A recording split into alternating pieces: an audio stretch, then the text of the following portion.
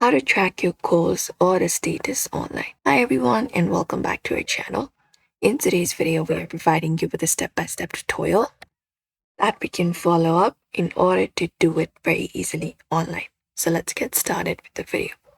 We can head over to the Kohls website or the application first of all and sign in into our account.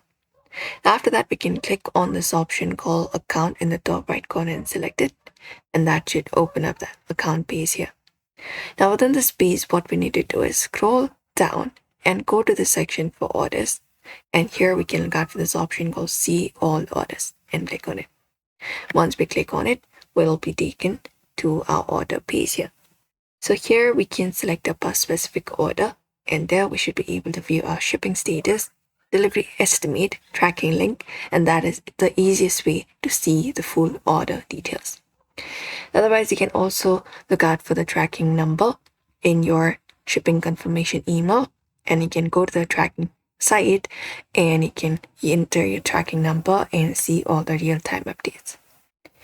And that's it. Usually those are the methods you can follow up if you want to track your Kohls order status. So we hope this video was helpful. Give this video a like and subscribe for more.